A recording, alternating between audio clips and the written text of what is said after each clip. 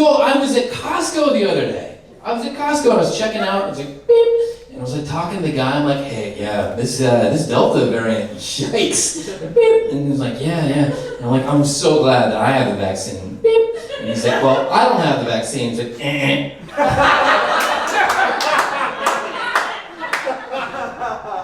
You the checkout worker at Costco, you don't have the vaccine? At Costco. A place you definitely should have the vaccine. At Costco. A place that definitely has the vaccine. Like, I walked in, I saw it on a sandwich board, it's like, free vaccine. No appointment necessary, just get the vaccine. Just get it. I could see the vaccine. It was by the hot dogs, just like 10 feet away from me. I could see it there. That's how close this guy was. I couldn't believe it. I was like, what? Why don't you have the vaccine? And he looks at me and he says, fertility issues. I said, where did you hear about fertility issues with the vaccine? CNN? Nope. Fox? Nope. TikTok. He opens up his phone, and there's a guy dancing. It's like, vaccine. Don't get it. Your dick will fall off.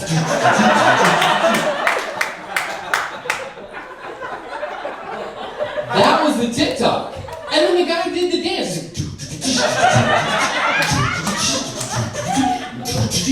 When he pointed to his dick, I grabbed one of the vaccines and jabbed him.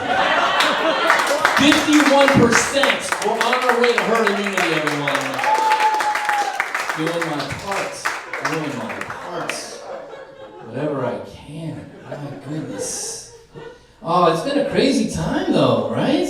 Absolutely nuts. Like, you know, as I go through, I think about like what's happened. Like billionaires, they keep leaving, like for space. Do they know something we don't? Like Jeff Bezos flew away in his dick rocket, and I was like, oh, that's the end of our 2-day shipping. But he came back. We still have 2-day shipping.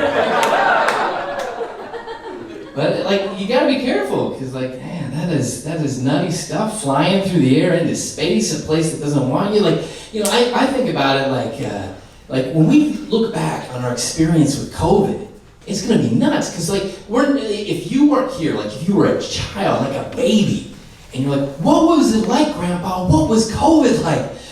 I'm gonna sound nuts, absolutely insane. I'm gonna be like, well, we couldn't get our groceries. And we wouldn't bag them because it was too dangerous. And